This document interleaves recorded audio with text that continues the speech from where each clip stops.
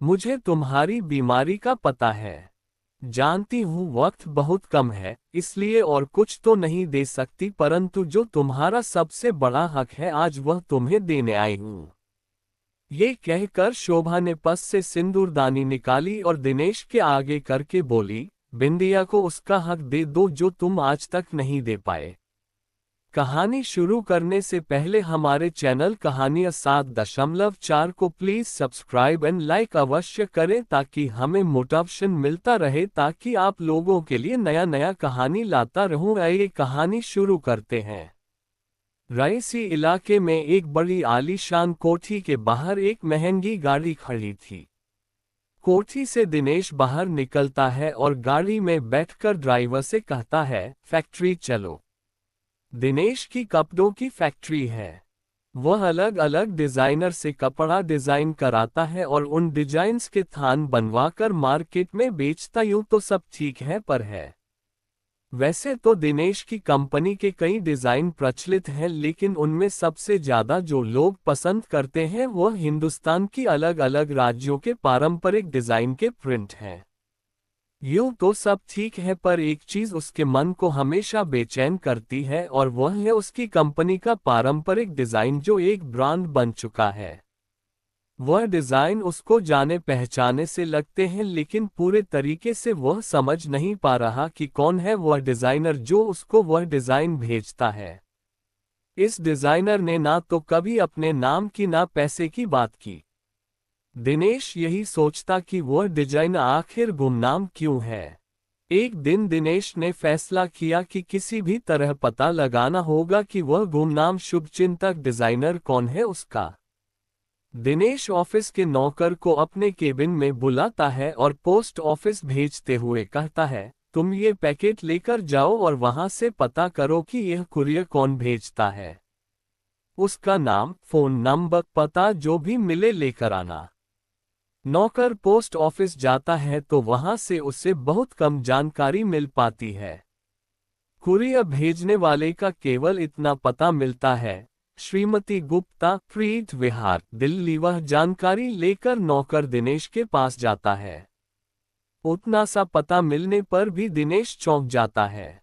वह चुपचाप पता ले लेता है और मैनेजर को ऑफिस संभालने के लिए कहकर प्रीत विहार की तरफ निकल जाता है। बिना किसी पुख्ता पता होने के बावजूद दिनेश एक घर के सामने जाकर रुकता है और दरवाजा खटखटाता है। 2 मिनट के बाद दरवाजा एक औरत खोलती है। आम सी शक्ल सूरत और कपड़ों में वह औरत दिनेश को देखकर चौंक जाती है।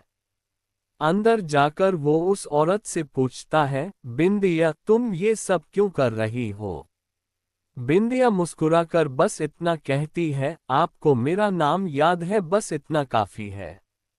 रही बात मेरे करने की, तो जितना वक्त मेरे पास बचा है मैं आपके लिए, आपकी तरक्की के लिए करती रहूंगी। आने वाले ई महीने का काम भी तैयार करके रख रही हूँ।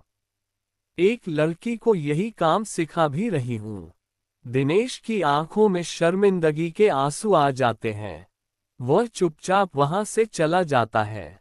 उसके बाद एक दो बार बिंदिया के पास गया भी। उसने इस बारे में किसी से कुछ नहीं बताया, लेकिन उसका ड्राइवर बहुत पुराना था और एक तरीके से घर का सदस्य था।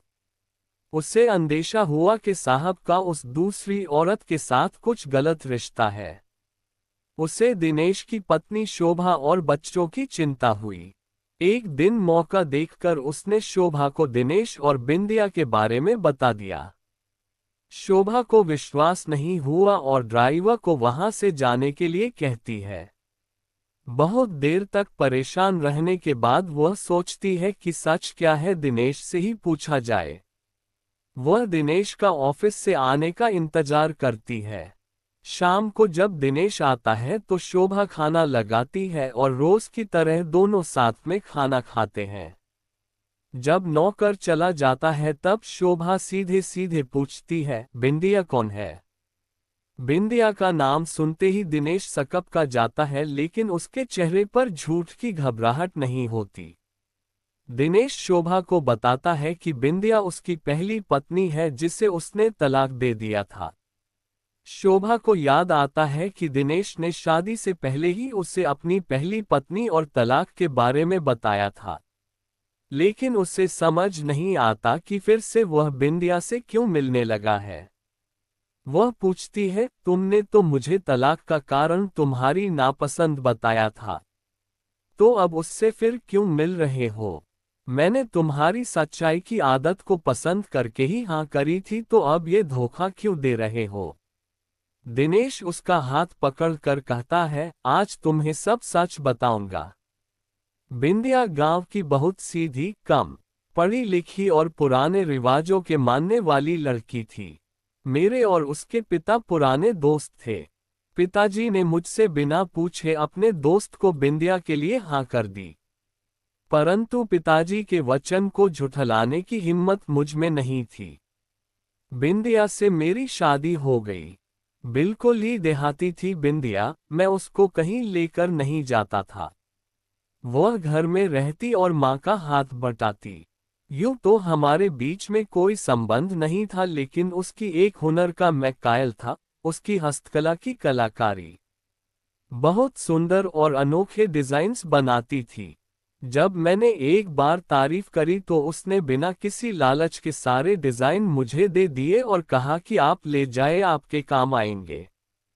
सचमुच उसके डिजाइन्स ने धूम मचा दी और मेरा कारोबार रातों रात तरक्की कर गया। 7 साल पहले तुमसे मुलाकात हुई तो पहली नज़र में मैंने तुमसे शादी करने का मन बना लिया था। माँ पिताजी तो पहले ही चल बसे थे। मैंने बिंदिया से सब सच बताया तो उसने बस इतना पूछा, आप खुश हैं ना उनके साथ? मेरे हाँ कहने पर बिंदिया ने बिना सोचे तलाक के कागज पर हस्ताक्षर कर दिए। हम दोनों की शादी हो गई। मैं तुमसे हमेशा कहता था ना कि कोई खूबसूरत पारंपरिक डिजाइन भेजता है, वह बिंदिया ही है।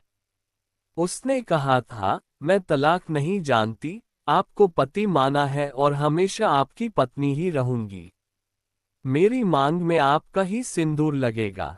जब मैं उससे मिलने गया था तब पता चला कि वह अपनी पिताजी की जायदाद से जीवन चला रही है और मेरे लिए मेहनत करती है। वह आज भी खुद को मेरी पत्नी मानती है। वह मरने वाली है, सांस की बीमारी के चलते उसके पास अब कुछ ही दिन बाकी हैं। मैं उसको सिर्फ दवाई देने जाता था। उसने मेरी कंपनी के डिजाइन्स के लिए आगे तक का इंतजाम कर दिया है। कहते हुए दिनेश बहुत शर्मिंदा महसूस कर रहा था। शोभा ने बस इतना कहा, सो जाते हैं, कल सुबह नाश्ता करके चलना है। कहाँ? दिनेश ने पूछा। बिना कोई जवाब दिए शोभा सोने चली गई। अगले दिन नाश्ता करके दोनों घर से निकले। शोभा ने ड्राइवर से कहा, प्रीत विहार चलो। दिनेश सुनकर चौंक गया पर चुप रहा। वहां पहुंचकर दरवाजा खुलवाया तो दोनों को देखकर बिंदिया असमंजस में पड़ गई। शोभा ने उसका हाथ पकड़कर सोफे पर बैठाया और कहा, मुझे तुम्हारी बीमारी का पता है। जानती हूँ वक्त बहुत कम है, इसलिए और कुछ तो नहीं दे सकती, परंतु जो तुम्हारा सबसे बड़ा हक है आज वह तुम्हें देने आई हूँ। ये कहकर शोभा ने पर्स से सिंदूरदानी निकाली और दिनेश के आगे करके बोली, बिंदिया को उसका हक दे दो जो तुम आज तक नहीं दे पाए। दिनेश चुटकी में सिंदूर लेता है और बिंदिया की मांग भर देता है। बिंदिया के चेहरे पर दिल खोलकर मुस्कान आती है और आंखों में आंसू। वह शोभा का हाथ पकड़कर गले लगाती है और आखिरी सांस ले लेती है। अपने आखिरी वक्त में दिनेश के प्यार भरे हाथों से सिंदूर पाकर वह सब कुछ पा चुकी थी।